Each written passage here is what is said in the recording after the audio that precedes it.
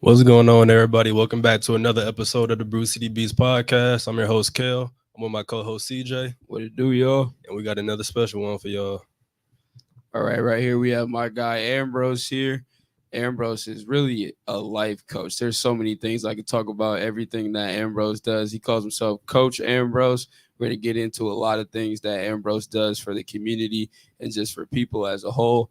But let's get off to it, Kel. You know how we do. So we appreciate you coming in with us, chopping it up with us. So usually when we start, we have two segments, BCB's threes and who's on knocks. I'm going to tell you about who's on knocks. I'm going to give you three situations. Within those scenarios, you're going to tell me who's on knocks or what's on knocks. First situation. Aux, AUX, you're saying. Like when Who you plays the music? you got it. Yeah. Sorry, we young. We still used to the aux cord, Now it's card play, but for y'all, cassette tapes. Number one, who's on knocks when you need to wind down and get into the right mental headspace? Wind down. Good question. So I've been on lo-fi hip hop. So I just say Google my Google Play, lo-fi hip hop. I don't follow anybody in particular, but I want to focus or relax, lo-fi hip hop. Okay. Playlist, whatever playlist comes up. Who's on knocks when you want to just get a good lift in? Yeah, man. I feel bad saying I'm on the playlist, but I don't like the playlist. So let me think. The Apple playlist ain't that good for workouts, honest. I need to make my own. Today I worked out, did heavy lift to Joyner Lucas, actually. Really? Yeah, Joyner Lucas. Johnny Lucas. What's on? One we got with Eminem is hard. I like that one a lot. Any ones you got videos too, really. Mm-hmm. As you play YouTube music on the TV down there, and let it play. I feel that. And last one, who's on knocks when no one is around? Meaning, like, what's something nobody would expect you to be listening to? You know what's funny? Except you're coming out Fond du Lac. I gotta play particular music, man. So I've been heavy on 70s lately. Mm-hmm. Like 70s soul, not R&B, but like 70s soul. Yeah, that's typically a Sunday driving, but definitely I come down Fond du Lac, I gotta play something that Respect. surprise you. Yeah. Respect. Okay, so our next segment is called BCB's Threes, Brew City Beats Threes. Okay. So basically, I'm going to ask you just any three things regarding music, primarily rap, because we're a primarily rap podcast. So I'm not trying to date you or anything, but you're older than us. When most of our other guests have been like in our age range, like same age or like a year or two younger or older. So who are your top three like old school rappers? Like we can do the cutoff at like 90s. So like this is a good question. Like lyricist, favorite rapper, Whatever, However you take just gauge it. And tops can is answer too. Jay-Z first of all. Okay. Not say favorite because it was my top list. Then Pusha T Okay. is definitely always up there. Then man, I used to like underground rap, man, that nobody knew. That was like the popular thing for me in college. Was like if you didn't know who I knew, it was good. So you probably never heard of Atmosphere, Slug from Atmosphere. I'll just throw them out there because Okay. something for y'all to look up later on. Definitely, Minnesota rappers. Kill you. Rhyme Gotta Sayers. you gotta answer for this question. I do. Go ahead. Oh no, I want to hear your answer first. Jay, Of course. I don't know if you know this about me. I like 50. Oh, yeah, I like 50 too. I've been I like listening 50. to a lot of 50 recently, bro. Like Hold on. Let's go back. All right, so last week or 2 weeks ago, Yep. he had another one. It's like, who's the best three rappers turn actors? you found the answer now. That's why you No, wanna look, answer. because we was talking about it. The first day we had who we say? Me? No, like all of us collectively. Who we say? I think all y'all forgot about Will Smith. Yeah, which we was didn't say crazy, Will Smith. But like T.I., Ice Cube. I started naming all the ice. I said T.I., Ice Cube, Ice T. LL Cool J. Yep. But when you think Cool about J. it, it's a lot. It's a lot. Oh, yeah. Method Man. Who was Of course, Queen Latifah? Who else we was talking about? 50. 50. Most deaf. Most Def. Dude, even Pop Smoke acted. 22 shots. Pop Smoke was in that movie. But I'm not gonna lie, if Pop Smoke was still living, 50 probably would have slid him into Power somewhere. Oh, yeah, I he can was see right, it. man. I can see it. Pop Smoke probably would have been BMF. Kane in He'd Power be a Book BMF. 2. Yeah. Like something like not BMF. Don't do him like that. He ain't 2 Chains now. You know the acting in BMF is I don't know. That's a stage play. But no, 50, Jay-Z.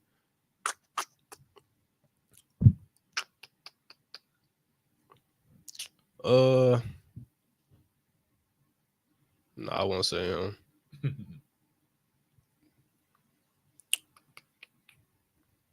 Go ahead.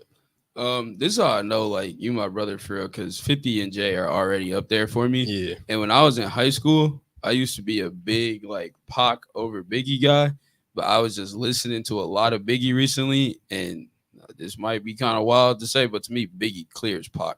Like, it's just I think Pac is an artist, but if you're talking about like pure rap hip hop, is Biggie for me at least. I see your face. I don't think you like that answer. Who you But- got? I grew up on the East Coast, so Yeah. it's jaded. So when Biggie came out, when Ray Died came out, my uncle Morris had a Lincoln. And he had it on a cassette. So all he played was. See, I told you cassette tapes. I told you. So that was how that was. But I moved to back to Milwaukee when I was going into 8th grade. Yeah. Mm-hmm. So my first CD I ever bought was All Eyes on Me, the Double Disc. Okay. Okay. So I kind of went like you did, Biggie first, then Pac. But now that I'm older, bars, lyrics, who I listen to regularly is Biggie. I'm Pac, happy. but Pac is always going to be there. I'm happy you said that because that gives me my third one. You know I love Cole. I'm gonna have to go with Nas, just based on that Okay. connection. Yeah. I'm not gonna lie to you. I like Nas, but for me, it's like I don't. I do, but I don't. It's like I don't know. Like for example, like we was talking about rap beef last episode.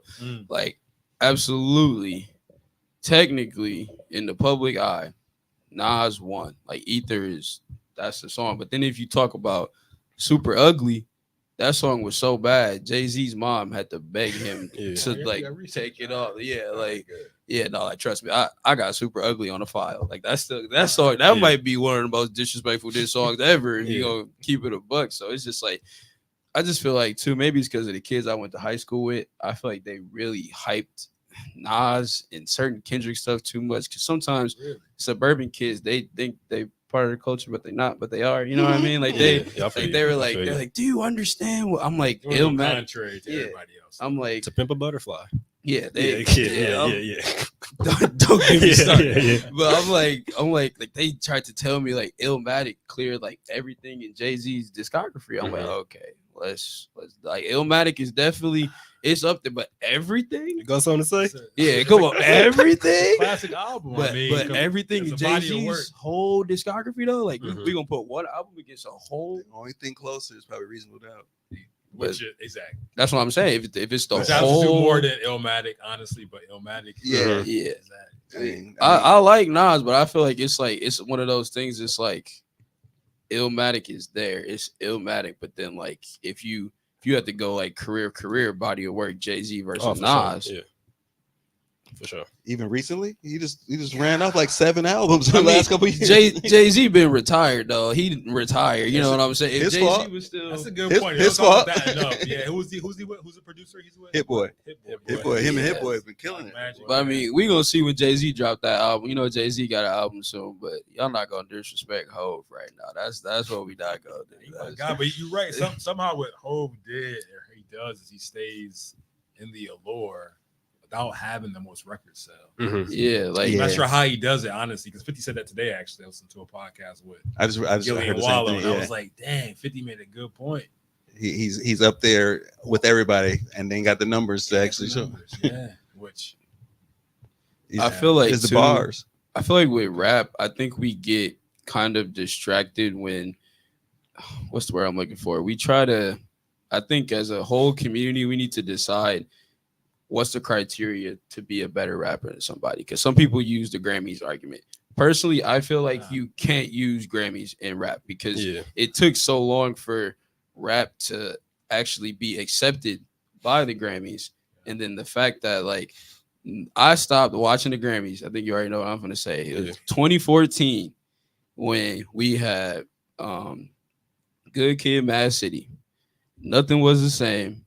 Holy Grail, Yeezus, Eminem had Marshall Mathers 2, And Macklemore won. and Macklemore 1. Yeah. where he go? That's what I'm saying. So I just feel like with rap, I think we need to look at impacts on the culture, how you influence the culture, what you've done for the culture versus sales and awards, because I feel like numbers can be fluctuated. Like with stats, you can look at any type of number and boost it. Like it matters, but it's like, for example, like let's say you're a quarterback, your team is up 20-0, going into the third quarter, and you've only thrown the ball like 10 times. You got like 80 yards. Mm-hmm. And you start airing it out. And at the end of the stat sheet, you got 300 yards, 3 touchdowns. If you look at the box score, you didn't watch the game. Oh, he killed it. But in reality, your team already won the game and you just started chugging it down the field. Like, numbers can be fluctuating. I think music is too subjective to have like a certain criteria to be like, this is a better rapper. Because regardless if it's like, oh, boom, boom, boom, boom, boom, if I like his music better than him, I'm gonna be like, I like his music better than him. So I just feel like music is too subjective to just have like a specific criteria on it. Like, your best and your favorite can be a lot different. yeah, And about where you grew up. Because if you grew up certain time period, certain places in the country, it changes too. Like, we heavy East Coast to sound like we haven't seen anybody from the West Coast, which it's hard because I ain't grown up in the West Coast, but I can think about people, but I'm East Coast dominant most of the times. I got another question for you because we brought this up, I think maybe on like our first episode. So, it's always the classic East Coast, West Coast debate. I brought in like a third player to this. Personally, I'm taking the Dirty South over the East or the West because if you look at the influence on the current rap today, like the South is killing it. And really the South is killing rap right now too. Obviously you got the Midwest, you got even Milwaukee, we doing our thing, Chicago, Detroit, but rap is really ran by the South right now. Like that's where the sound is coming from and everything. So I just wanted to hear your take on that. That's what I thought about. I was thinking about when Cash Money got popular. Like that was here in Milwaukee. That's all we listened to. My brother, my cousin, those Hot Boys. I like Turk personally before he got whatever, but it was. Then you had, you had them. Then you had Master P. Don't get enough credit. I don't go back to anything that he had. Yeah, you're a legend though. You're a legend. It was a movement. Yeah, no, definitely. You're a legend. Yeah. I know you mentioned Jordan Lucas. Is there any other like more current artists or rappers you listen to? Man, it's funny. I heard this when I was like turning 30. So I'm beyond that now. Yeah. And they said after 30, you get stuck in a decade of music. And I was like, never.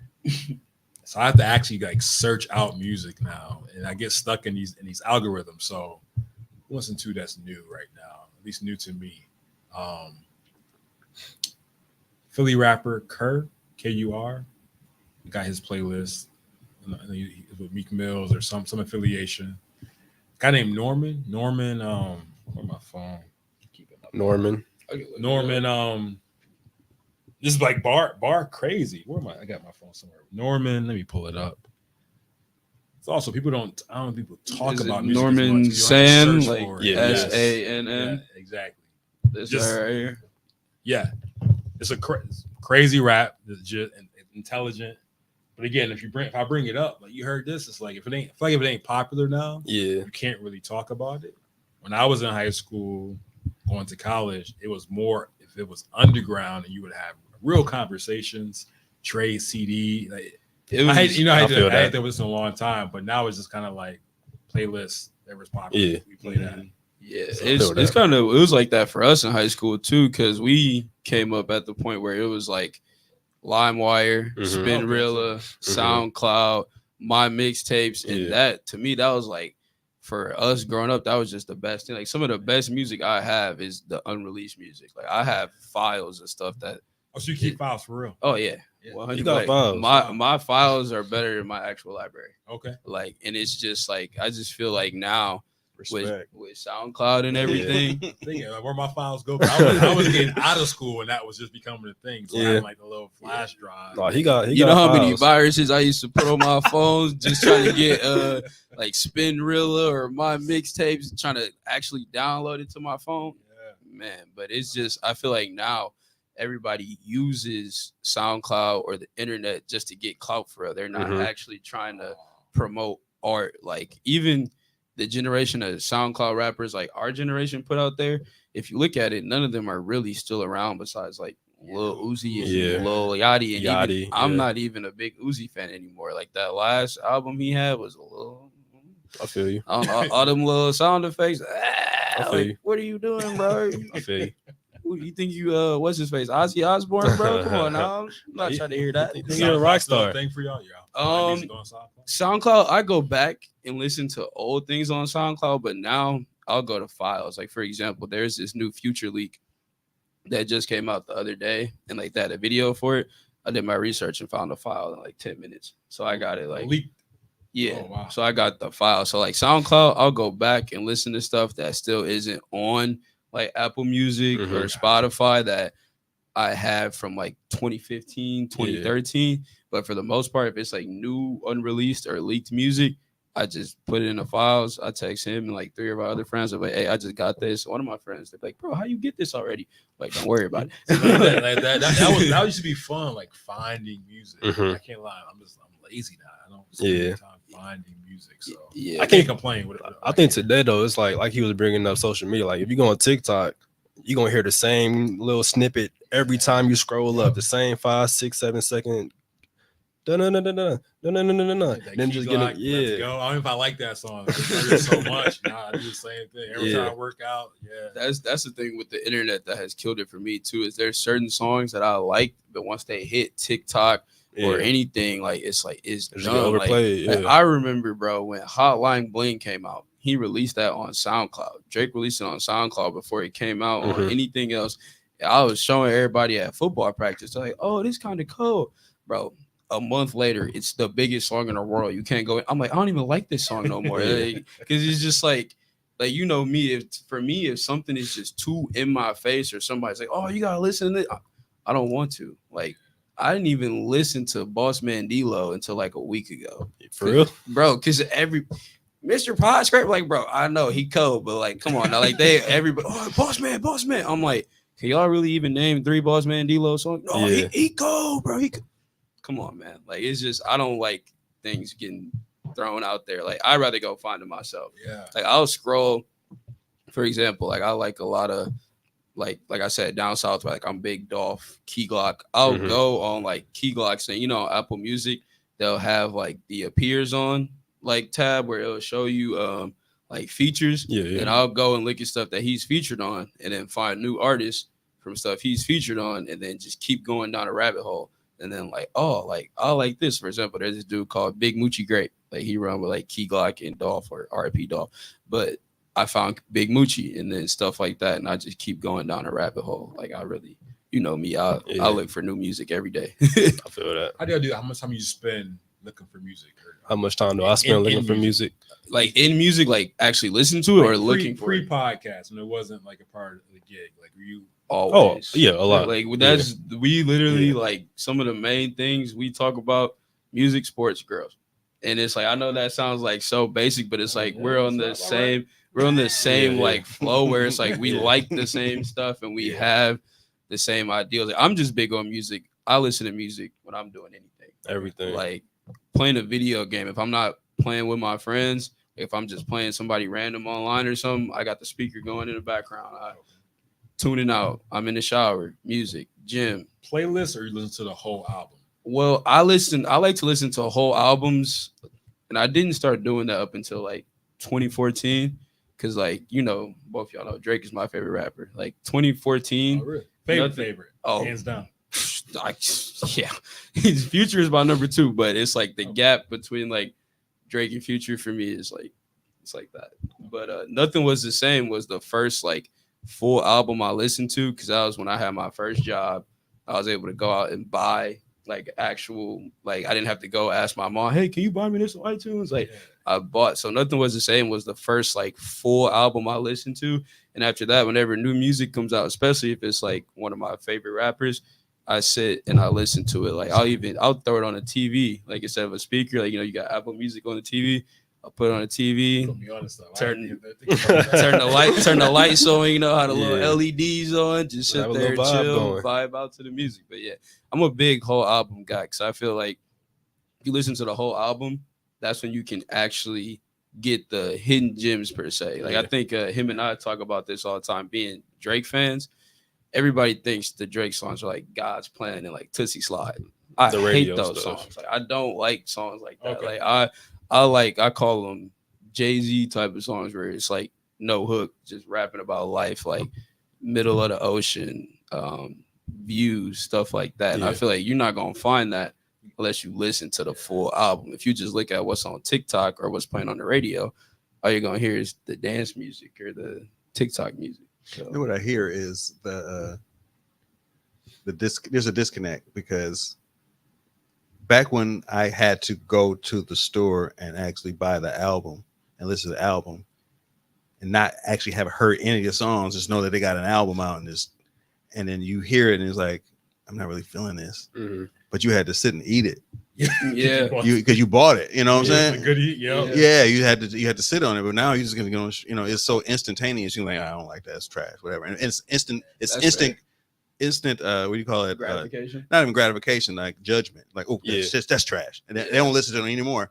Where I had to listen to the album like over and over, like it's growing on me. I love this Yeah, shit. Yeah, that's the same way we are. It's like, Yeah. yeah, Because we didn't even I'm have guilty of that. we didn't even have access to like actual like streaming for us. We were like what, seniors in high school, where it was like the actual like Yeah. Apple Music stuff like that. Like I was still buying stuff, gambling. I remember, man, I was like 12. I bought this Lil Twist song because I thought Lil Twist was dog because he was part of Young Money. That thing is still on my library because I bought it. Lil Twist and Busta Rhymes. I'm like, That's man, this crazy. is That's trash. crazy. Like, That's crazy. but like, because I remember with iTunes, even with iTunes, I get what you're saying though, because like you said, when you had to just go buy it and hope it was decent.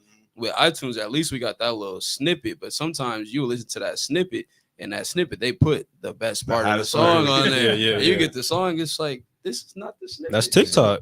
Yeah, That's TikTok. Yeah. So y'all had CDs but not cassettes. yeah. No, I still the last 2 CDs I owned, and I actually gave them to one of my friends before he left for college because his car still had a CD player. I had Rodeo by Travis Scott, Okay. and That's I kept. Genuine for some reason. I was about to say, word, we I turn ain't it no up. freaky ass nigga. Hey, but eclectic taste. yeah, no, but with Travis, because there's this song, I don't know if y'all know it, but it's called Maria, I'm Drunk, and that's one of my favorite Travis Scott songs. And for the longest time, that was taken off of everything, streaming, even iTunes. You couldn't buy it. Really? Now, I don't even remember why. I don't know if it was a copyright thing or Probably something. a sample or something. Yeah, but it was only on the CD. And I was like the only one of our friends who had the Okay. CD. So like I kept that. And then I had Views by Drake as a CD. Also because I got in trouble in high school. You know, I used to get in trouble all the time. And they'd be like, you can still drive your car, but no phone. I'm like, dang, I'm supposed to listen to music. Yeah. Run to Target, grab the CD of what I'm listening to, pop it in. Girls get in the car. They're like, oh, could I have aux? I'm like, you can go to track 6. Do y'all collect vinyls? I do. That's so I got turntables when I was 25. I said, if I don't get these turntables now, I can't ever be a DJ. That was a long time ago. So not a DJ, but I got turntables, some 1200 MK2s, Techniques. Mm-hmm. I get vinyls just to have them for the long haul. I used to actually play them on the weekends, but I haven't done that in a long time. Okay. Yeah. I actually have some because my grandfather, he passed away when I was about like 1 year old, and he left me like at least like 100 records, and I have classic ones. Like I got Elvis Presley, the Golden Album, like the actual, like when it came out. I've got 3 or 4 Ray Charles albums, Sam Cooke, Sinatra, That's crazy. and then like I remember I started collecting vinyls of like current music, bro. It doesn't sound the same. Like the vinyls that my grandpa had from like 1964, no scratch. I put in a vinyl from 2016, it's skipping every other track. Like the quality is just and I was wondering too if it's what I was using as was like the record player. Like I had one of those where it was like 2-in-1, like a Bluetooth speaker, but I've been looking. I want like actual turntables because I have so many records. I just have them like in a bin right now, but I want to set them up like this. You know what I'm saying? And have them like styled out. Yeah, because when I was in college, I'm not gonna lie, that was an easy little play. Like, oh, come over, like I'm gonna throw on some Ray Charles. Oh, how you got that? You got Sam Cooke going in the background. That's game for y'all out there. That's a free one. I'm charging for the next one. But yeah, before we dip into you a little bit, I just want to ask you, like, I know we talked about new music. Have you ever listened to any of the quote unquote new releases right now? Because we like to talk about new releases. Yeah, do my best not to that whole decade thing and try my best to find new releases, new music, and listen to it. Listen to the whole album, give it a chance. But it feels hard. It does feel similar. It sounds similar. Mm-hmm. So I'm trying my best not to get stuck sounding too old. But I do my best to like try new stuff. Okay. I feel that. 'Cause I just wanted to ask you real quick, what you think about? I got like 3 of them I want to ask you about. First of all, did you listen to the Big Sean album? I was gonna say, bro. What you laughing at? Because You not a fan? No, I think it was decent. him, Okay. I him think and I it was used to decent. have this debate in high school all the time. Like we used to have like podcast debates, or even had a podcast. Like we'd be texting each other, and it'd just be like Big Sean or Chance, and I was always Chance over Big Sean. And Okay. he would tell me Mhm. Big Sean, and if you look at how today's going, I clearly lost that.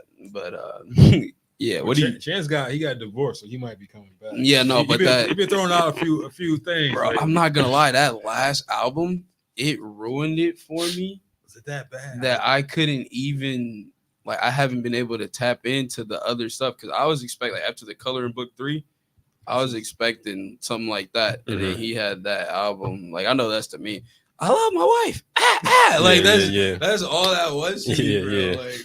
Like that's funny. but like what do you think about that Big Sean album? I think it was decent. I ain't gonna lie, I ran it back at least 4 or 5 times. Oh, It's yeah, not- okay. It's not something in my rotation though. I didn't even know he had dropped though. I ain't gonna lie. Until I seen on TikTok somebody had like a little rating, then I went back and listened to it. But Yeah, you know me, I be on Twitter following a little hot new hip hop thing. Mhm. And as soon as I see like a list of stuff, the singles and everything, I add it. I think I can describe it. I think it was good. Like Big Sean clearly has talent. It's just not my cup of tea. I feel Was that. that Like, a finished album? I thought somebody released it early and it like made him rush. It up was to finished, I release feel it. No, that's ASAP Rocky. ASAP Rocky got leaked and he was supposed to release like 2 weeks ago. Okay. And then he released one of the songs that got leaked. But ASAP Rocky, I used to be a big ASAP Rocky guy, but I feel like ASAP Rocky, he might as well just be a dad at this point. That's crazy. Well, it's not, bro. Come on, like if we're gonna keep it real, like I ASAP feel Rocky from like 2012 to even like Yeah. I'll give him 2018. He had it for real, but now it's just like I don't know. That Like long it's- of a span? bro. Like if you go, what was that? Got a couple singles. What was that album? I forgot, but the one that had fucking problems. Long Live ASAP. Yeah. He had Long Live ASAP. Then he had the other one that had LSD on it and all them other songs. The song with Schoolboy Q. I'm talking about till 2018 though. Yeah, because That- then he had that's just the hold on. I got it in my library. You try to challenge me right now. No, I ain't trying to challenge you. I'm just I'm gonna show you. No, because I promise you, it was like the most recent one that he had. ASAP Forever. That was in 2018. I don't know if you listened to that. I listened to it. I'm cool. You didn't, but what? So, but look, I said 2012. So we got Long Live ASAP 2013. Mm-hmm. At Long Last ASAP 2015, and then ASAP. No, actually, it wasn't ASAP Forever. It's Testing. My bad. ASAP Forever is a single off that. You didn't like Testing? I'm cool. That's foul, bro. Why? I don't know. I feel like because I just feel like You see the ASAP really. videos though. That was Like, a big thing too growing up. Yeah. Videos and the music went hand in hand. oh yeah, no. I feel like now there's only certain artists that actually try to make an actual music video. You know what I mean? Like I feel like now everybody just wants to be at an exotic location with women shaking their butts, throwing money in the air. Like He has crazy visuals every time he releases. Yeah, I like- can give that to Ace. like I think even like the closest person to making like music videos like Michael Jackson in our day, Chris Brown. Chris Brown's music videos always had like an actual story to them. Like you remember that song Fine China? Mm-hmm. He had a literal like he was like talking to like an Asian girl. I assume she was of Chinese descent. But he had her in the video and he was telling her he was gonna treat her like some fine china, but like her family was like a part of the triad. And like they were like, you know what the triad is, right? They were like the gang. yeah, they were like chasing him and he was like, oh, I'm gonna treat you like fine China. And he was, and he was fighting these triad dudes or even Dancing at the same time. yeah, or even Is that why you like Jordan Lucas? crazy videos. That's probably Yeah. that's a good point. Yeah. Yeah, probably. 'Cause Yeah, I made that little probably. yeah. Okay, great correlation. so would you say you like rap that's more the way I describe it? It might be a terrible description what I'm gonna say, but like, do you like spoken word rap? Is that like? Oh yeah. I'm about Okay. bars. I'm bars. Okay. Before Yeah. I forget though, you know that he actually does the video first, Really? and then does the rap. He does like visual concept and then works backwards. Okay. I think it's interesting. Yeah, I mean, obviously, if it sounds good, right? So I think being younger before going out, you in the dorm room just listen to music with your guy friends. I have a girl in my dorm room till way later. I got an apartment. I ain't say feel all the that. time. I feel that. Every once in a while. You trying to impress your homies, but I was trying to rap. You ain't playing no Sam Cooke, bro? No, man. The closest I played was Sade. That was to go to sleep. I'm gonna cook me for having games. Come on, No, I'm jealous. No, for me, I'm definitely rap. Like you said earlier, your favorite rapper to me is that lyricist, and you got rappers. That's a little bit different, but for me, lyrics always. It's always gonna be lyrics first. Okay. All right. One more question before we segue into you. 100 gigs, Kale. What'd you think about it? The music or like just the whole idea behind it. I love everything it. I love it. With Just- bias aside, because we No bias I'm into just saying. this. I just gotta let everybody know. Is there a video with it as well? Go ahead. It's like his. It's Drake. It's- by the way. it- I heard the songs. Yeah, Is there also a visual? Yeah, there's not visuals per se for the songs that he released, but the visuals are It's like a mini documentary. yeah, it's like him making some of the quote unquote classic albums, like Take Like Care. behind the scenes. Yeah, behind the scenes, like in each this- era. Yeah, Oh wow. yeah, and it's just like, to me, it's just like, I think some people say it's oversaturation, but I think it's feeding your fans. If you know you have a large fan base, because I remember there was like, what was that from? It was at one point where Drake didn't drop music for like 3 years, Mm-hmm. and me and you were like, bro, what's going on? Like, you know what I'm saying? Like, I feel like if you have Really 3 years? yeah, The like pandemic? No. not the pandemic, but it was like he might have like hopped on a single or something. You know, it's Drake, but I mean like an actual like Oh, his I was own. about to say because I don't remember a day. Yeah, Yeah. No, I'm talking about like from Scorpion to Certified Lover Boy. That was like 3 years. where- 2018. That's Yeah, funny no. perspective because from non-fans, because I'm not the biggest fan. I'm not shitting on it. I could tell, dog. I could tell. I could tell when I met you. I said, this is a Kendrick guy. I'm not even a Kendrick guy. I'm a bars. I'm bars. So Yeah, if you got yeah. bars, I know Drake got bars. The thing that pissed me off about Drake is he don't always drop bars. He be Yeah. singing, and I'm like, all right, fam. I'll listen to an album. I'm like, dude, it's too much singing. Come on. I I mean, love to me- Fonte. Fonte is like top 5 to me, but he sing too fucking much. I feel like with the singing, that's what like I feel like it's like the versatility. Like obviously I want straight bars, but I play music depending on the mood. Like one of our questions sometimes is what you playing if a girl getting in the car. Like I could put on "Come and See Me" by Drake and Party Next Door. You and- can't do that for every artist. yeah, that's Right. what I'm saying. You know, so Right. it's just. Fab, But I like, do get what some you're fabulous. saying though with the singing, because it's sometimes where he's singing, I'm like, all right, bro, I wanted you to rap, but it's just like yeah. that's part of the hook, you know. Like Yeah. you can't have everybody who would give you the hook and then the best verse on the song. So it's like, The irony is that Drake got his style from Fonte, and he actually attributes it to Fonte. Wow. I As far feel as like the sing- too. the singing- I the think some singing. of See that? Drake's. Yeah, I can see that. yeah. They give each other props early on in the career. Yeah. I think some of Drake's. What's the word I'm looking for? Like diction and delivery. I think it comes from like Rakim too. I don't know if Drake's ever Mhm. said it, but if you just listen to His like, tone. yeah, You Yeah. hear everything he His says, vocal no matter tone. what accent he uses, he's excellent at that. But going back to the 100 gigs, I'm fascinated with like seeing how music is made. So like just seeing the behind the scenes of everything. Like Over My Dead Body is my favorite song. mm-hmm. Just seeing the lady who sings it, I don't know her name. I want to pay respect, but I don't know her name. I don't know it either. Just him giving her how to sing it, what to say, and then she going in there and do it, and then the finished product gets the song. I just love seeing that. Not even with Drake, but just everybody. Anybody. Just I seeing them agree- going I to the agree with booth, that. how they Every that's time there's fascinating. like a new music documentary, I try to watch. Like I used to watch Behind the Music all the time. Y'all Mhm. remember Behind the Music Yeah, on yeah. VH1?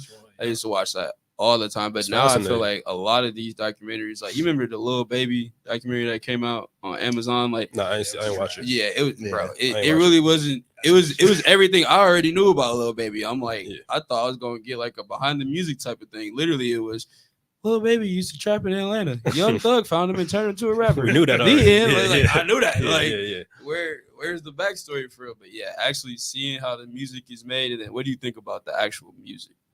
100 gigs. Mm-hmm. Circadian Rhythm, my favorite song. Like, cause you know we don't like the Yeah, big, yeah, like, don't get yeah. me wrong, like Yeah. No Face, it's up. That's It's the straight. club Yeah, it's song cool, for it's real, cool, it's right? cool. But like circadian rhythm, that's the language part too. Yeah, yeah. And the language, I don't know if you remember that song. It's from Nothing Was the Now Same. you talking my language. That's Yeah. one of my favorite Drake songs of all time. Yeah. And it's just like, cause it's just more like, it's just chill. Like I like, don't get me wrong, I like turning music. I listen to trap rap all the time, Mhm. but I like to ride with the windows down, listen to chills, have some music that make you think for real. Yeah. You know what I'm saying? So stuff like that. But we can get away from the I'm music. gonna go back in your catalog, but was there a real conversation around the diss and who actually won? That was What actually episode on the was that? last episode. I'm gonna go back. That was on the last episode, Were and you here for that, Tom? No, this is my So- first time. so This is basically- my first time meeting her. That'd be good. Okay. so basically, I'll just give you a quick synopsis. I'll tell you that Kendrick won, but it's like, did he really win? Like, I'll say he won because he beat Drake at his own game. Like, it's like, for example, Drake out rap Meek, but then he dropped back to back, and he Yeah. got everybody in the The club. club song, back the to hit back. song. But like, if you look at the actual music, and to me, what you define as dissing in rap, Kendrick pre-recorded his stuff, which I think in a rap beef is like, you can pre-record some stuff, but to have it pre-recorded and then you're not responding to what it got, because what basically we were saying is like, if me and you are talking trash back and forth, and he like, I'm like, you ain't got no car. He like, you ain't got no hoes, and like, I'm like, I got your hoe. Like, you know, you go back and forth. Yeah. I feel like, to me, Kendrick would say something and Jake would be like, nah, blah blah blah blah. I'm gonna say this about you. Kendrick wouldn't answer that at all, and just to me, that's not what I vision as a rap beef. I vision a rap beef. I say this about you. In real time, basically. Yep. And Yeah. you respond back to me and say, no, that's not true, but I know something about you. Like, it's just like Kendrick didn't address anything that Drake said to me. But Family he- Matters? Wasn't that the epitome of well, no, Family Matters was Drake, but what's the one that Meet the I'm sorry, Grams? what was- Meet the yeah, Grams. Meet the Grams. Meet was the- the Meet the Grams, response to- yeah. but Meet the Grams was pre-recorded because What do you mean pre-recorded? How's that work? because he made He like, had it- he had if it you ready. listen to like Really? if you listen to Nothing Like Us, he's like, how many I gotta stop? 1, 2. Like, he's saying, I made all these songs about you. That's why when Drake was like, drop them 2 weeks that Kendrick wasn't saying nothing, he was recording music to get ready. Drake was like, I heard it, I'm gonna go hop in the studio right now. Kendrick is like, because Kendrick is low-key one of my friends. He's like, he is sicko. Like, that man is just sitting there like, I'm pinning this, I'm gonna Yeah. say this about you. But Meet the Grams too, like, you spent 2 minutes rapping about somebody that don't exist in the daughter. So like, I kind of just throw that whole song out because it's like, he's kind of take the Pusha T angle at that point. You know what I'm saying? Like, and to me, everything that Kendrick said is everything that's been said on the internet before. It was nothing new. Okay. Like, it was just like, and Not Like Us is definitely like, that's a song. Like, it's an anthem. Like, everybody be playing it, but it's like, to me, it's like, is that really a good diss record? Like, it's a club song, but it's like, if you compare Not Like Us to Family Matters, straight bars and what he's saying, also Drake was going against 20 people. So like, you know what I'm saying? And he addressed every single person that said something about him. So, and I saw a lot of people, they were like, oh, what if Drake didn't respond to them? He just responded to Kendrick. The internet would have been like, you didn't say nothing to ASAP. You didn't say nothing to this person, The that person. Weeknd. Yeah. So it's like it's just one of them things where, If you do, damn, if you don't. yeah, because I said it when it happened, he was going to lose off rip. Because to me, there's more Drake haters than Kendrick fans, if that makes sense. Like, there's more people who were like, no matter what, Drake, even before Drake I've not heard that before. That's crazy. I think so, because hear I mean, if you think about it though, like, I'm not one of them people where I'd be like, oh, Kendrick is trash. Woo, woo. It's just not my cup of tea. Like, for example, Good Kid, Mad City. I love it. Like, I think, Yeah, that's one of the greatest albums. yeah, It's flawless. It's Yeah, flawless. good. It's But perfect then flawless. to Damn, me, you like damn? I like I Damn. love but Damn, I too. do not like to Pimp a Butterfly. Like, I like some. Talk about girl. I think that's That's the spoken. That's the spoken word rap he was talking about. Yeah, Yeah. It's gonna grow. I knew exactly what you're talking about. I like Girl. don't to know. me, it's Yeah, I think so. I don't know, because I love certain spoken word. Like, I listen to Joyner Lucas sometimes. Like, it's just, to me, with Kendrick, and I know it's like that LA sound, but he starts to sounding like an alien and stuff. Like, I don't want to hear that, man. Like, you know, the or even like that one song where what's it called? You I'm Yeah. like, bro, what is you doing? I'm like, and then Mr. Morale and the Big Steppers, I ran it back like twice. I liked like 2 or 3 songs from it. The rest of it I deleted from my library. Yeah, I got like 3 songs Delete it. downloaded from Oh that. yeah. You bought it and then deleted it? Well, Apple Music. So Okay. I pay my little 15 a month for Gotcha. Apple Music. But What's the song with Blast? Pop the pen away, I'm gonna depend away. You know what I'm talking about? I hope I'm not too late. I Deserve my like dream. N95 Yeah, I like that song too. and Savior. Okay. And that was really like I like Baby Keem.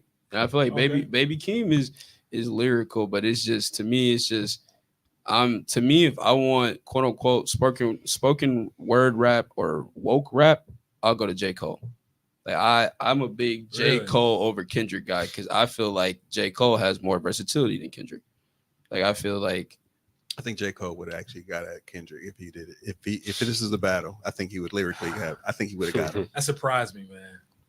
it's He's Well, my just- favorite out of all 3 of them, Jake. I love I've seen Cole. him perform twice in person. I love Cole. I know why he pulled out. Why? Why did he pull out? He didn't want to go there. he don't knew have where the they were hate going. in his heart Yeah, like okay. that. I, Like, I think the whole pre-recorded thing is a part of it because he must have known. I got shit in the chamber. Yeah. Chill out. yeah. Yeah. He didn't warn him, so they must have knew. You're right. But Yeah. if he sat down and went bar for bar, Yeah, because even I was just listening in the gym the other day. I was listening to Mike Delete later. Man, Hunting Cam. Wabbits, the Yeah. Ready 24 with Cam, The only That's thing, a Crocodile workout song. Tears. the only thing with that, I just hate that he had to remove the song from Bro, that. 7 That's the minute only drill thing. was actually so I was hurt. It's Like gone now? oh, He it's removed the gone. song It's from the gone. whole Like, project. He They removed said the it song. might come back, Wow, but I don't see. think that's his decision. That's like the label's decision. Mhm. But like to me, I'm not gonna lie. When he pulled out and then he removed the song, I couldn't listen to him for like 2 If weeks. you buy it, you can download it and it's yours forever. It's not that you can't even buy it no more. but if you had it, Yeah, if you had it at first, you could. somebody has it. Somebody Yeah, has oh, yeah, it. for And sure, you can for probably sure, catch for it sure. on SoundCloud or you. But I mean, the fact that But it's like- not easy to. Okay. like I just feel like if I'm a dish you, like even though we're brothers, like this is my brother right here, right? If we get into a big argument and then the next day I'm gonna come out in front of 50,000 people, hey man, never mind. Like I just like you know what I Hey. mean? Like I just, That would have made. He did that at Dreamville Fest, right? I went to Dreamville Fest last year, 2023. If he would have did that, I would have got mad. if he would have came on stage and was like, yeah, that makes sense. because yeah, all I'm saying is it's just like everyone says rap is a sport. It definitely is a sport, and to me, J. Cole is a competitor. But for J. Cole to be the competitor that I thought he was, and if you listen to his bars, he always talk about like, I'm the one. Like I'll take any one of these niggas. And it's time for you to tussle. yeah, You back out.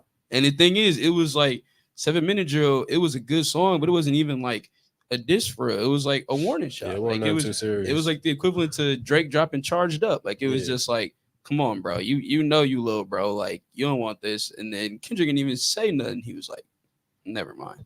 Like that was I don't Feel know. That hurt me when he did. I promise you, I couldn't listen to him for like 2 weeks. I just ran it back up again. Like I was listening to, like I said, might delete later.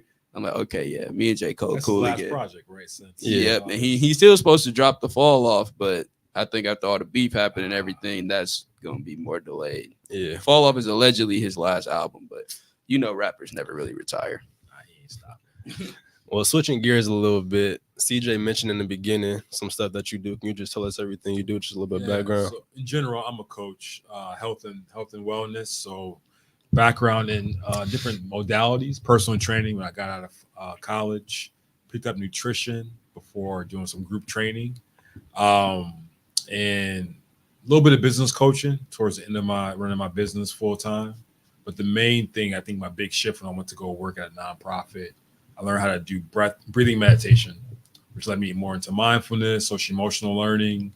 So I just try to pick up different tools to be a well-rounded health coach. Okay. So I would say a deep health coach, if I could say something. So when you started, I know you started with personal fitness and everything. Did you always in mind want to be just a straight up life coach, like you said, deep wellness coach, or did it start off as personal training and as you got older and as you realized what you wanted to do, it just snowballed and now you are where you are? That's funny. So I haven't heard life coach in some years, and I think I appreciate it because that means you think highly of me. So I have a coach. You know how we rock air, bro. I appreciate it. I have a coach, Bernie, who wrote an article said article was "Stop calling yourself a life coach and do more good shit." Because there's a phase in the coaching where life coaching became kind of like you don't want to be called a life coach. Yeah. It was like Just like them little self-help seminars where you yeah, spend it's like bands. What part of You life? can do it. I like all that stuff, which is a while. Every morning I play something like that. But the idea was to pick up these skills. So for me, personal training was simple. I played football. I got bigger, faster, stronger by eating well and working out. And I knew the kids that were back home in Milwaukee didn't know how to do that because no one taught me how to do that. So being a personal trainer was actually be a better football coach. And the idea was, I could become a strength conditioning coach. Let me get this first certification. I tell people all the time, man, in 2006, right before the recession hit, the goal was not to have my own business. Like that was the last idea, actually. It was getting gainful employment, but along the way, picking up skills. So what's happening now, I could never, ever have thought about that 18 years ago. It was not the game plan. So since like our podcast name is Brew City Beats, it's a double entendre as in beats as in music and beats as in the heartbeat of the city. So if you just want to let us know what you're doing to help the city or keep the heartbeat of the city alive, because I see you on Instagram every time. It's something else. This man is always working, man. This, that. If you just want to let us know about some of that stuff you're doing. I appreciate that, man. I think it's I don't want to sound like it's like all altruistic. It's selfish. Like I like doing good because it makes me better. As I said, the more that I coach other people, I have to have my skills sharp. So it's all stemmed from wanting to work with young Black boys. So everything I do is really that's the end goal. Because I moved here, as I said earlier, from Harrisburg, Pennsylvania in 1996, 97. And it was horrible here. I hated Milwaukee. And I was coming back here every year to see my grandmother, but only for the summer. But moving here was like, I was upset. Mm-hmm. So between 13 and 17, not wanting to be here, then going for college and coming back, see my little brother, my little cousin, I was like, all right, I got to do something at least to help them do better, which was get out of high school and move. So my idea was never to come back to Milwaukee. Then I started traveling a bit more, playing football, meeting other kids. And I was like, it's not that bad here. I just didn't understand what Milwaukee had to offer. So I grew up down the street, 20th and Chambers. Mm-hmm. I used to walk up Fond du Lac used to be called Capitol Court to go to Yeah. work at Playmaker. So Okay. Yeah, no, my dad used to work Like the there. little mall? Yeah. Playmaker at Capitol Court? Yeah, that's where Wow, that's this the is- same place where it says like Milwaukee's biggest mall. Yeah, Or is yeah. that- Is that what it is that the is? same one? No, Like on the corner? Not down Fond du Lac, up Fond du Lac. Okay. Oh no, I I don't think know my what dad you're didn't work that above. That's My dad tell you he that's the been. Milwaukee Mall. Milwaukee. Yeah, okay. my Milwaukee. dad been everywhere. He'll tell you, but yeah, no, I definitely It's like, yep. heard about Capitol Court. So I'm trying to always give back a little bit based upon where I am. So the idea for me is I learned that people that are a little bit ahead of me can teach me a lot, as opposed to the person that's way over here that I'm never going to see. Yeah, I can watch you and read a book, but people right here in the community that don't know a little bit more than I know. So kids is a big thing for me. Like tonight, I coached mental performance coaching over at Above and Beyond the Playground Athletics. So that's on Tuesday nights. And Thursday nights, I'm in a research project called Men Moving Forward, working with Black men that have prostate cancer. Okay. That's been about a 4-year study. So it's a lifestyle intervention program to see the effects of exercise, nutrition, and then stress management on men after cancer diagnosis. And then outside of that, man, it's really just helping people level up. So as a deep health coach, you have 6 domains of your wellness. Your physical is something that people always come to me for from personal training. But I learned that that's not the only thing that people need, right? People have mental, which is a big thing. So probably since 2019, right before the pandemic, that really popped up in mental health conversations. So I was already teaching mindfulness, breathwork, and meditation probably for 6 years prior to the pandemic, but it was not something that people actually asked for. People actually thought it was kind of weird, to be honest. Like this guy's Really? talking about, oh yeah, man, it's so funny. Breathwork, like even personal training. Personal training was not cool in 06. People were like, what's wrong with you? Yeah. You want to go back to school? I almost went back to, it's going to be a firefighter. I took the police test. I took the LSAT to go back to law school, and the ASVAB to go to the military. Mm-hmm. I was going to do all that stuff before personal training. Yeah. It was not cool. So anyways, mainly for me, it's helping people manage their aspirations by making sure they have a reflection in the feedback system. So physical health, mental health, emotional health, Environmental health is a big thing that I'm learning more about. For example, why I didn't like it here because it was violent. So my environment was violent where I lived. Didn't really know how to process that. And, it could be always down to like how you go to sleep. Like, is your house cold? Do you have the right blankets? Like, but it can be kind of expansive. And you have your spiritual health. Feel like you have a sense of purpose. I think people see that in me a lot. And honestly, something that I thought about growing up, where I just happened to stumble into work that is meaningful. Um, so that's my business, my Speedboat Fitness, and my day job is more cancer focused. So now I'm over at Medical College of Wisconsin, working with men's health, focus on cancer prevention, education, and screenings. Okay. Yeah, I think it was really like powerful what you said about how when you were here, you wanted to get out and never come back. And I know a lot of people in our age range who are like, man, as soon as I get out, or I know people who left and they're like, I'm never coming back. And what I want people to understand is when you have people like the people that are in this room who are trying to better the city and have the resources to better the city, if we all just leave, who's going to help the city? It Right. starts like within, like, shout out Big Sean, one man can change the world. You feel Like, me? so it takes a village, like literally. And I think it was cool too when you said about breath work. I think it was funny you brought up firefighting. One thing during firefighting is they literally teach you how to control your breathing. Because it's like when you have your SCBA on the pack, if you just like, it's called skip breathing. If you just breathe, like especially when you're really exerted, if you breathe really hard, you're gonna run through your pack like that. And your pack is like essentially like your life in there, like it's air in a bottle. So when you do skip breathing, like you literally like hold it and then you breathe, like hold, and it's literally controlling your breathing. And it's also what I realized too. I was always good at like controlling my breathing anyway, but once I actually learned how to skip breathe, it's, to me at least, it was actually keeping you calm. Like, whereas because you're in there, it's loud, it's hot and everything. It's I got a burn on my knee to show y'all it's hot. But like you're just in there, and at least for me, skip breathing, like you said, is like that mental wellness. It's like, okay, like it's almost like, all right, I'm gonna take a deep breath in, I'm gonna hold it, I'm gonna assess my situation, let it out, and then just keep going. And then so I think that was really cool. You brought It's it up. cool to hear that. It's tactical, but I haven't heard that before. Skip breathing. Yeah, skip, because it's like, for example, like my bad to throw out some little EMT knowledge for like the average person not labored breathing, it's like 14 to 18 respirations per minute, like that. But if you skip it, you're literally like controlling your breathing. So if I was skip breathing, y'all talking, let it back out, and then if you do that, you conserve your air, but then it's also enough for it's like in short spurts where you blowing your heart rate. Exactly. And I think that's cool too, because I think obviously like stuff about heart rate and stuff.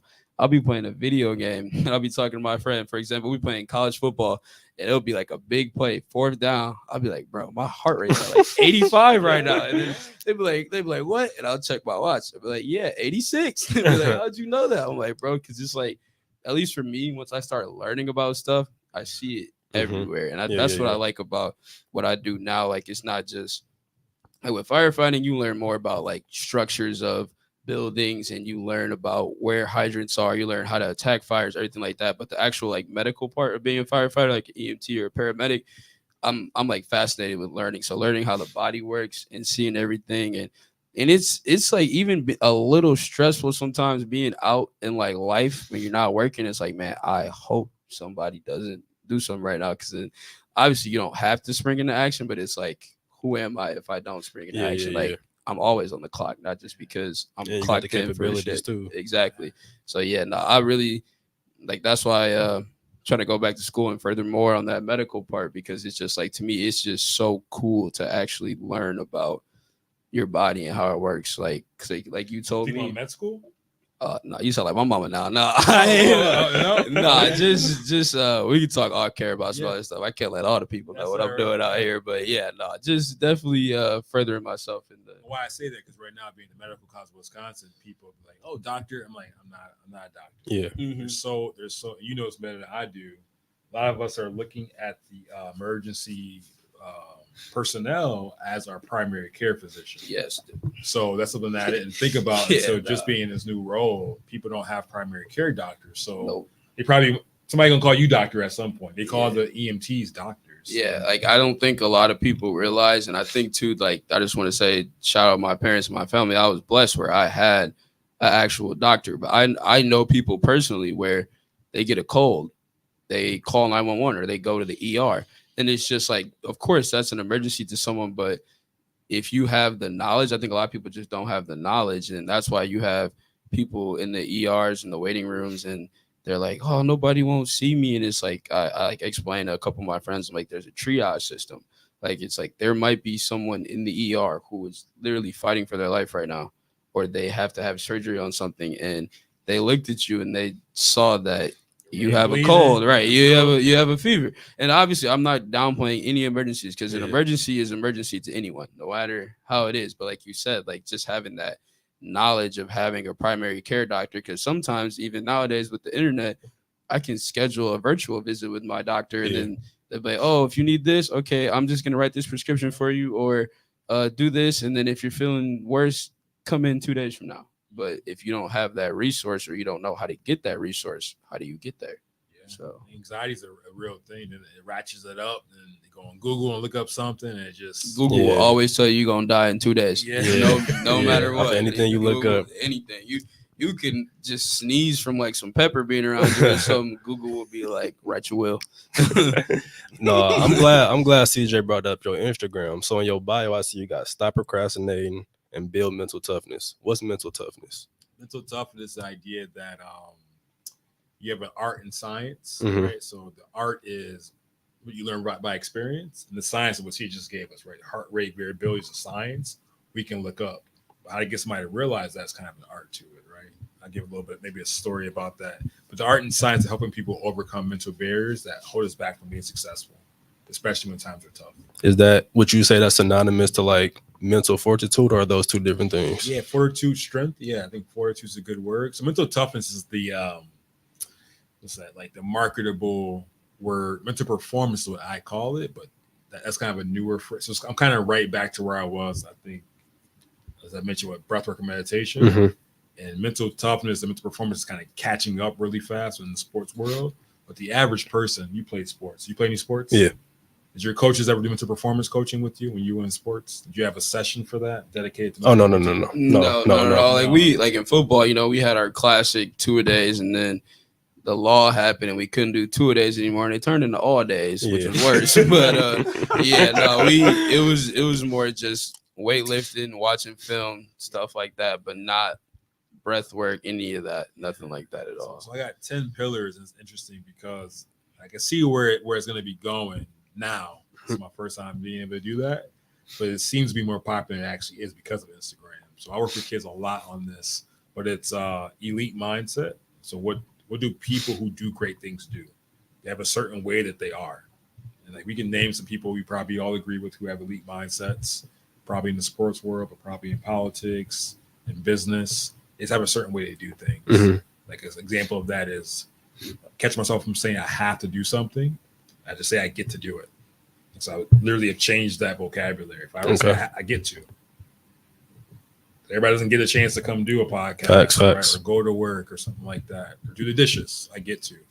Number two is motivation and your goals, right? So you can't have someone set a goal until they're motivated. What does that look like? Focus and awareness. So that's a part of mindfulness, but isn't exactly mindfulness. So the idea is like, what are you focused on? What are you aware of?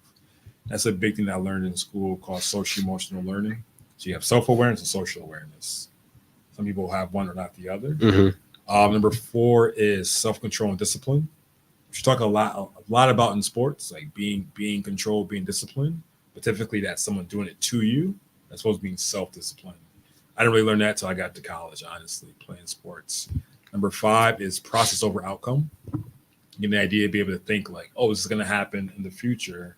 I just got to do these steps right ahead. That's probably the hardest thing as a coach to realize that people come to me with an idea of what they want to do. They don't necessarily want to do the process. They just really want the outcome. Yeah. I have to keep them focused on that process.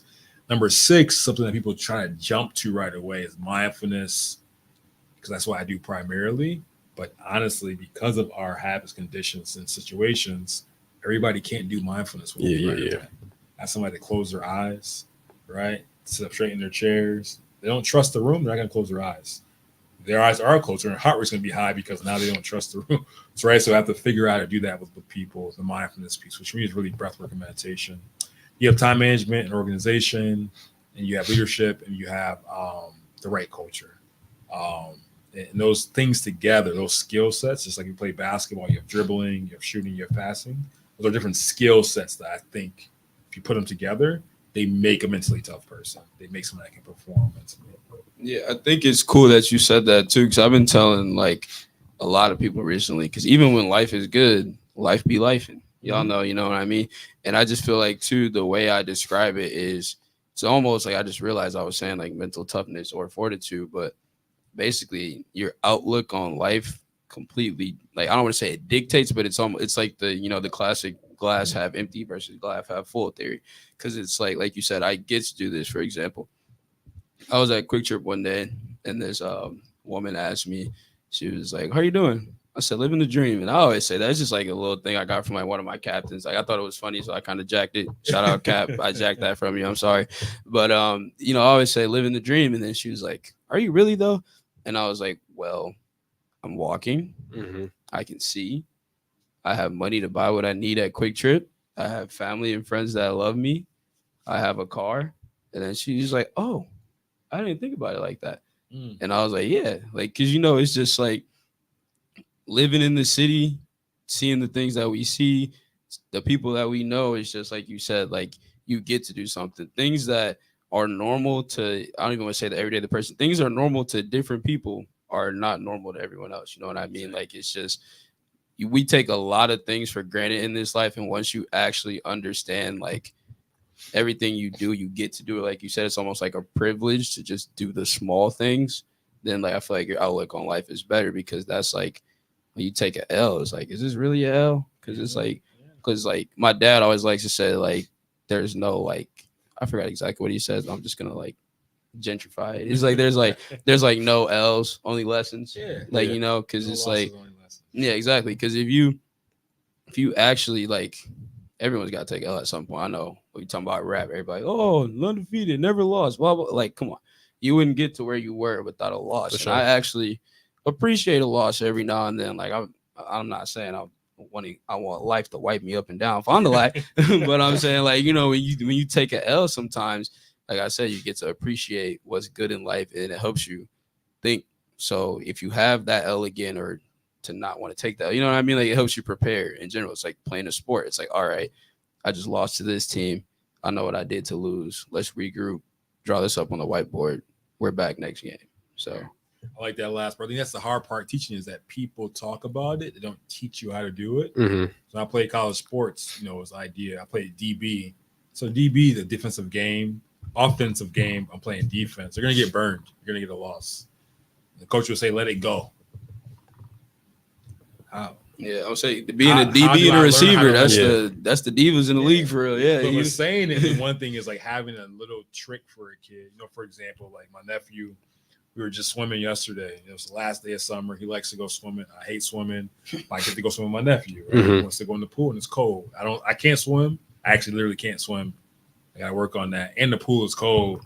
So he's mad, man. I said, we might go back in the pool later. Let's go back, Uncle. I was like, cool, you can go dip your feet in. We're not going in the pool though. He's upset, cussing me out. He's forward, like no curse words. Yeah, I get you. I get you. So it's like, doo-doo head. Uncle, you said. I go, no, nephew. I said this, but the idea there is, how can I keep myself regulated enough that I can react to him in a way that's actually with dignity. I can say I'm bigger than you, which I try to do with kids when I was going back in education. Mhm. It doesn't feel good. It works, but it's not going to work for a long time. So I learned that the hard way. So literally, I sat there. He got his point out. We had a conversation. He knows if I put my hand on his chest, he's going to start breathing. He's going to start doing deep breaths. He's 4. He's going to get in a good mood anyways. But I think the biggest thing with mental performance I've learned is it's about you controlling what you can control. Not saying he's going to be good because of that, but if you're not in control, it's definitely going to get worse. So I think the biggest lesson that I've learned telling young people about is be at least neutral, right? You don't got to be positive, but if you're negative, you're going to have a really hard time, right? So maybe my life isn't all great. How are you doing? Okay. That's a straight answer. I'm doing okay, right? Then somebody might say, well, you need me. Some might come from that, like a question about support. Mhm. But if you lie and say things are great, they're not great, I ain't gonna ask you too much. So kids tell me I'm doing good. I go, what's good about it? And they go, things are good. What's good about it? I'll- You get stuck because people are so used to being in this little pattern. That's what I was gonna say about social media. I feel like social media is a great thing when it's used correctly, but I feel a lot of times, especially nowadays, like I thought it was bad when we was like in high school, but it just keeps getting worse. Like people live these personas on social media, and then you see them in real life, and it's like, I know that's not you. Like, you know what I'm saying? Like, what? Like, and it can be anything. Is from somebody flashing they have this or that, and then you see them in person, and the bus. yeah, or they asking you for $10. It's like, bro, I just saw you with 10 racks on Instagram. Yeah, Look, yeah. why you need $10? Or even the classic catfishing. No disrespect to ladies out there, but edited pictures and stuff like that. And then I see you outside, and I'm like, I know that's not you. It's Yeah. just like social media. It's a great tool, but I feel like I think you probably know more about this on the mental health aspect. Oh yeah. Social media is Oh, yeah, cooking for sure. people's mental health, just even based on some of the things we see on the internet every day. Our minds have become so desensitized to it. You're not supposed to see what you see on the social, like for Yeah. example, like all the death that's on Twitter. Your brain is not meant I to just, see. I just heard about that. It's a real thing. That is like, you know, like obviously there's still a lot of things. We're not trying to get political here, obviously, but there's a lot of things going on in Israel and Palestine, right? But when it all first kicked off on Twitter, man, I'm telling you, I wouldn't even be looking for it. I'd open up my feed and you'd see rockets just coming down, like, and it's stuff like that, like every day. And then like you see people sharing it on Facebook, like, not obviously not like the rockets and stuff like that, but it'll be something like I saw somebody share something the other day, and it was like this thing. I'm trying not to laugh; it's not funny, but it was like this blue like cyber truck, and you got ran over? Yeah, That's crazy. Because like That's crazy. bro, you made me laugh, bro. That's I wasn't trying to crazy. laugh. Yeah. Yeah, so it was like a blue. I'll show you after this. It was like a blue cyber truck, and it was like, oh, I didn't know it was a blue cyber truck. And you see the cyber truck from afar, and it's this dude. It's like a Lincoln MKX. It didn't hit the guy hard, but the guy got hit by the car and he rolled. But the thing is, like, that's bait. Like, you looking for the blue cyber truck, you see somebody flying across your screen. Our brains aren't meant to see that. Yeah. Like, you know what I But mean? the Like, thing is, the camera's still focused on the Cybertruck. The person got ran over. It's in there. Camera is He's like, on "Oh, that happened. Let's focus on the Cybertruck." yeah, But so, go ahead. No, but okay, but you mentioned about like you'll ask somebody like, "How are you?" They'd be like, I'm good," or tell me. So, is it easy for you to detect somebody that you're coaching or somebody who you ask that are they genuinely confident versus are they like coping and putting like a mask on? Like, how easy is for you to detect that? I'm happy you use the word confident. And that's one thing that I definitely am wondering about with especially with black boys, like the ability to put on a confidence face, right? Yeah. So confidence is something that I know I can do this, Mhm. right? And typically I know I can do it because I have experience doing it, Mhm. right? And that experience or that skill set gives me confidence that I can do this thing. So in general, I would say I'm pretty naive, right? If you're not someone that I'm coaching, I don't have the permission to check in with you that way. Right? So Okay. if you just walk on the street, somebody says they're good, and I know they're not good based upon maybe their body position. Typically it's body focus, self-talk. You can't see someone's self-talk. Mhm. You can see their focus or lack of focus. Mhm. And their body language is a big thing, right? So I had kids tonight and I was talking to, and tell them all the time, I said, I know you don't understand how this works yet because they're young, right? And I understand that you have a habit of doing this, but I can see it on your face. Not even shoulders, not even how they're breathing. I can see it on your face. So, for example, we have class that starts at 6:00. And the kids are there by option. They choose to be there, which says a lot, right? So I don't expect them to be there unless they want to come. If you're going to be here, you're going to be here before 6:00. So we had this big talk. A couple weeks later, tonight comes up, and my phone rings at 6:00. So if you're not in the room, you're late, right? Mhm. Great. So that's not what they think, right?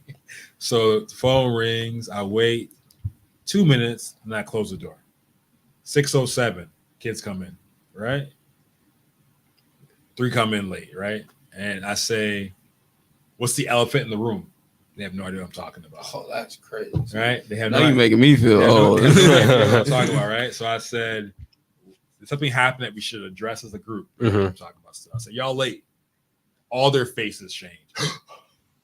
It's like, I don't know, y'all late. Like, Yeah. come on. So we had a big talk today about time management, which is again is one of those pillars, right? So I asked 4 young people, like, what time do you think is considered late?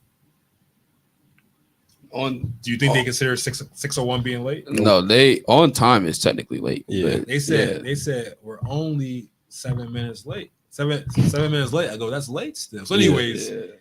so my whole point of saying that is that once I gave them feedback, I could see their whole body language change. Right, their phones come out, which is not a rule that I have in the room, right? Because they get to be there. You might have somebody that's calling them. They might have to have things to do. Now they're slumped down in their chairs. They're not making eye contact. So I think that's the biggest thing is that body language. And they're a group of kids, right? So I said, do you guys not like I give you feedback? Again, I talk the same way with everybody. I don't get too high. I don't get too low. Try to be very authentic and very, very consistent. So I'm like, if you know I'm here to help you, you're responding to me giving you feedback like this. Yeah. I can only imagine once you do make it to play in college where coaches don't care. Talk to you You're however. late. Yeah. You're not coming in. Yeah. You give me a funny face, you're off. Like, so Yeah. basically, Scholarship pulled. It's good to These correct it right now. Yeah. So when it comes to young people, it's definitely in the body language. I'm not sure what it is. People tend to open up to me pretty quickly and pretty open. They just open with me. So if I sit with you and I'm gonna ask you real questions, it won't be surface level. I can kind of tell. Mhm. But again, I think it's really important to check in with people, but it's also important for me to realize that I have to get permission to check in too much, right? But if you're not doing well, I definitely do want to see if there's actually support. Yeah, I actually think that it was pretty cool that you said the body language part, because you would be surprised how many people don't understand that. Like, I'll be talking to someone and y'all gonna cook me again, but like there's like this girl I always talk to, right? And it's the classic, like I'll be like, what's wrong? What are you talking about? I'm like, bro, I'm looking at your face. I'm looking at her like, what's wrong? Oh, how do you? It's like, dude, and shout out Hitch. Hitch taught me this when I was like 8 years old. Like, at the beginning of Hitch, Will Smith, 85% of communication is nonverbal. I looked it up. That's actually it's like a true stat. No one knows the exact number, but it's over around. 70-something. Yeah, it's like depending on the person, it's like 79, 85 or something like that. That's like a real thing, like you said. Facial expressions, the way somebody is standing, it's just, and I think people don't realize that. And it's just because me, I like to say, like, not in a creepy way, like I people watch. Like I'll go somewhere and like y'all know I'm very social, but at the same time, I can just sit back and peep what's going on in the room. Just like the other day, I was at this party and I told my friend, I was like, "It's about to happen. It's about to happen, and it's been happening for the last 5 minutes." And then, what are you talking about? Boom, it all unfold. Oh, how'd you know that? I'm like, because I sit and I watch the room, even when I'm not paying attention. I'm paying attention because I'm just like an observant type of person, and I think it's to me it just blows my mind that people don't know like they have a stank face on or a RBF when you ask them a question. It's like, what do you mean? What attitude? You sitting there, like, you know what I I mean? think the Like, worst part is not taking the feedback when someone tells you. Like someone says your face, oh, if you had a boogie in your nose, someone says you got a boogie in your nose, you should say thank you. Get the boogie out and say thank you and keep it moving. People get mad at you for saying, why you tell me I got a boogie in my nose? Why Get you looking mad at me at you like for that? trying to Yeah. help them Why you out. looking at me like that? Why is your face so Why you in my nose? yeah. So it's like why you like so yeah, it's a weird thing, but it's definitely a natural reaction for someone that doesn't focus on it. Is when someone says what's wrong, nothing, something is wrong. It's figuring out how to be that's the art part now, how to figure out how to get that out of them, because most people aren't going to tell you unless they're used to doing things like that. I got another question for you. So, both of y'all know I got like big plans for myself and the city per se, but I know you're big on nutrition, right? So, do you have any ideas on how to like help the food deserts that we have in the city? Like, I might just address a food desert real quick for the listeners and watchers who don't know what that is. So, basically, a food desert is it's just like a radius of, let's say, for people who don't live in a food desert, how close is the nearest fresh produce to you, like an actual grocery store, right?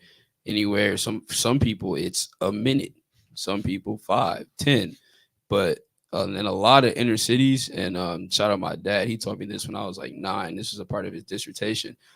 In a lot of like the urban cities in the United States, we have a lot of food deserts where, and everybody like, what do you mean? We got KFC up the street. That's the food desert where all this fast food, and even I'm not even talking about like a gas station that is like a mini mart per se. You know what I mean? Like it's just like what are your plans to do with that? Because I know it obviously I'm not putting it all on you. I'm not saying Ambrose, you gonna fix where the we live food right desert. now, it's a struggle, man. It's like Yeah. downtown Milwaukee, so living where we live, it's like Yeah. ain't no food over there. Because it's like to me, it's just like you said, nutrition is a big part. And I don't think like even in the black community, high blood pressure, gout, diabetes, that's a big thing. And it comes from what what we eat. And if it's like if you don't understand, like, and even too, like you can talk about food prices. Cause for example, like somebody, even though at the rate the economy is going and stuff, some of the stuff is like the same price at this point. But if you to go make like a meal for like 2 to 3 people, you're gonna spend at least $50, $60 at the grocery store. You know what I'm saying? Depending on what you're buying and what you're doing, or if you want leftovers. And then somebody would be like, I'm not gonna catch a bus 20 minutes away to grab all these groceries, and I have my kids with me when I can go up the street for this and get this value meal and feed everybody for $10. Yeah. So it's just like I was wondering if you been thinking about how to help. I know we have some things over here that are getting better, but I still would like I'd rather see all the fast food joints get turned down, and we either got a lot of funky fresh places like that or actual grocery stores popping up. Yeah, Yeah. I've been thinking about that. Like, I'm happy you said that because again, where we live over there, we have food. We have food near us, but it's not necessarily the healthy option. So I've been going over to Urban Beats in Brown Deer, which is That's like right down the street from my gym. Yeah, but it's like a 14 minute drive, but it's like I have an option. I get to drive over there. I know I have a few of my colleagues who are in food systems, like Danielle Nabik, my colleague Raul Romos. I'm still learning, right? So I know how to coach nutrition. Mm-hmm. At the same time, what I've been learning how to do is to be aware of people's environments, again, people's ability, socioeconomic abilities. But with that said, being a college student who had to maintain weight, I learned how to make food for me and my roommates on a budget. So there is ability to do that. I don't know if I still have that file or not, but I used to actually do what's it called, WIC or SNAP. I used to give people a meal plan based upon being assisted by the government. So again, you had to put some work into it, but rice, beans, protein, you can do it, and it's a challenge, but no different than somebody that's trying to gain weight in general. You got to put a meal plan together. So maybe I'll share that because something that I have been thinking about is how to get people out of the mindset that it's expensive to eat well, but it's expensive not to eat well. The back end of that is, it's cliche to say, but it's a lot to it. Me right now, me getting a little bit older, I'm like, man, if I'm gaining a little bit of weight and I have a gym in my basement, and I know how to eat well, and I do manage my stress, I can only imagine for the average person. Exactly. Right. So I think right now I probably can get a little bit louder, maybe share a little bit more about nutrition. I think start off with the basics, man. Like you drinking water and enough water. I've been alcohol, like sober, and just to kind of go around with it, every once in a while, probably for the last, 2 months, almost 2 months. And it's like, that's a big deal, right? You see Fridays, people are at the liquor store. We drink, and that's leaching nutrients from your body that you already don't have because you're not eating fresh foods and vegetables. You get no pressure there. We live in Milwaukee, but we overdo it. But just getting people to think about adding some colorful vegetables to your plate. Like that could be cookouts, that could be when you go to the restaurant. But yes, it's a tough thing, man. I think about even the pick and save on 76 and Good Hope, where it's like I have a hard time shopping there. They have a hard time keeping certain produce there. Because if you're not buying it, they can't stock it. So I have been wondering, what does the business of food look like? Because I get it, right? At a shoe store, if we buy, Air Force Ones white, we have to get stacks and stacks of people are going to buy them. You get Air Force Ones black, you got to get a few of them, but you're not getting stacks and stacks. Somebody that comes in, you have Air Force Ones that are black, they can get mad at you because the store over years understands what works, what doesn't work. So when you go to Outpost, for example, in Mequon, they're gonna have fresh berries every time, and I'm gonna pay more for them as opposed to going to Aldi's up the street, which also has fresh vegetables. They're a little bit cheaper, right? But again, I have a car, so I can kind of get around. But last thing I'll say is when I live downtown on purpose, and I have a car. I would go to different shops and get different things. So I think when it comes down to is prioritizing. Right now we have what's that called? Misfits Market. They send you like a curated box. You have the imperfect foods that are cheaper. Basically, you get food right to your doorstep that is fresh Okay. and that isn't super expensive. So Is that don't they got like a van that they deliver? yeah, Okay, yeah. So I've been playing around with that lately because so I think there are more options than we believe. I do believe there's a mindset that we are stuck in that it's expensive. I'm not saying it doesn't cost something. I think it's going to cost you more time than it does money. So I would say for people who live in a food desert, think about your options that you have to have that food delivered to your door. Because the system isn't going to change for a long time. Nope, not at all. I hate to say it, but it's probably the truth. Anything else? No, I think that'll be it. Hey, we appreciate you, man. You as well, fellas. Taking time out Yeah. your busy schedule to thank come you. chop it up with us. Yes. You got anything you want to plug? Anything to shout out? No, I'm happy to be here, man. So I want to make sure I support. So this is the Brew City Beats podcast. How can I support you guys? We're on Apple Podcasts, Spotify. We got an Instagram. We got a YouTube. Before we go off air, I promised PBG that I'd do a little shout out. Let him know we're gonna be at Jam Fest. He just texted me. He said, "Hey, bro, don't forget about the shout out." I said, "You already know I got you, bro." So I'm logging into the IG right now. Gonna give you a shout out. Shout out to him. Yep, y'all go check out Jam Fest. We gonna be at Jam Fest September 29th. Let me get the camera rolling. We got Kale here, Bruce City Beats. Yes, sir. CJ here. We about to be at Jam Fest. Oh, my camera switched over late, but we about to be at Jam Fest September 29th. Y'all come check us out. You got anything else you want to say, Kale? Until then, see y'all. Thank you.